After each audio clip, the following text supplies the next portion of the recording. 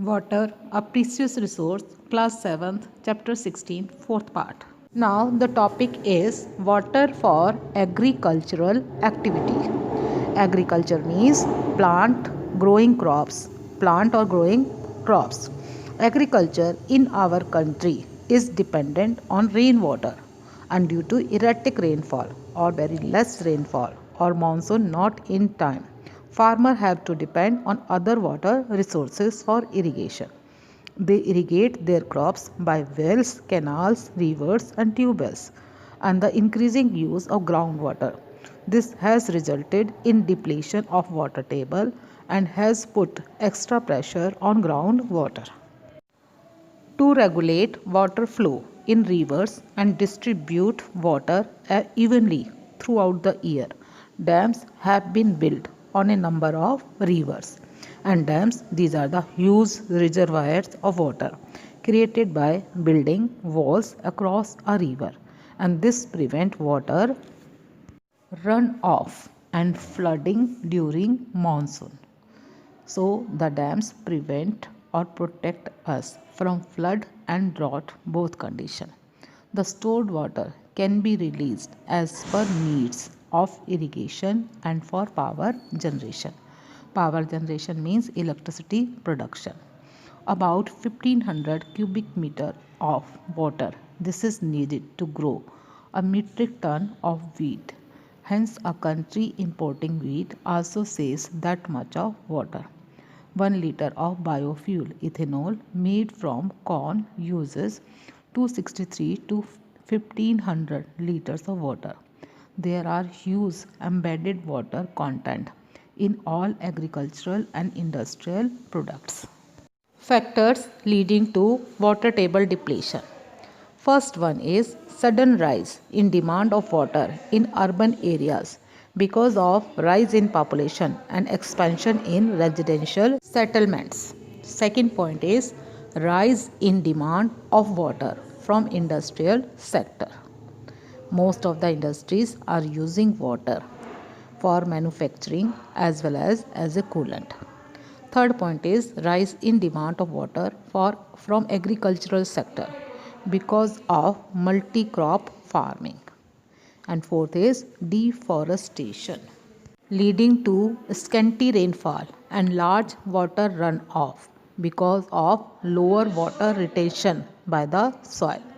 Fifth point is in urban areas, more and more ground is covered by concrete and asphalt, leading very low percolation and huge water runoff. Children, you are seeing a peak of deforestation and construction of building. Deforestation, so this causes less rainfall, and construction of building uses water. Effects of water scarcity for the humans. When there is water shortage in our body, then we feel thirsty. And thirsty feeling, so this is a signal telling us that there is water shortage in our body and which needs to be replenished quickly. In summer month, we sweat a lot and lose water. Sweating keeps our body cool, and if we don't drink enough water in summer, we would sweat less, leading to a rise in our body temperature. This could give us a heat stroke. Diseases such as diarrhea deplete water of our body as little water is absorbed from the gut. In severe cases, patients need to be given saline water with some salt by intravenous route by glucose, you can say. Glucose, this is given intravenous, or we can say the drip of glucose is given to the patient. Plants. Plants need water for photosynthesis. The minerals dissolved in water is absorbed from soil by the roots and transported through xylem for their growth.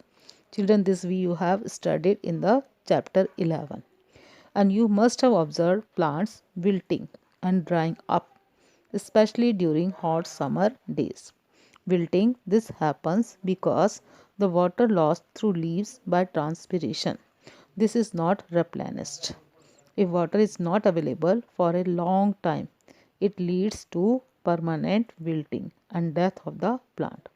However, desert plants like cactus and aloe, so they have special mechanism to overcome the adverse conditions. Children, in the figure you are seeing a wilted plant. Children, now inside box for your information. While a person may consume 100 liters of water from taps, but he might be consuming 10 to 30 times this amount of virtual water, and much of it coming from different parts of the country or even other countries. If, for example, you live in Delhi and drink a cup of tea, you are also consuming water used to grow tea in Assam and sugarcane in Uttar Pradesh. Thus, your water footprint could be additional 50 liters just for the tea.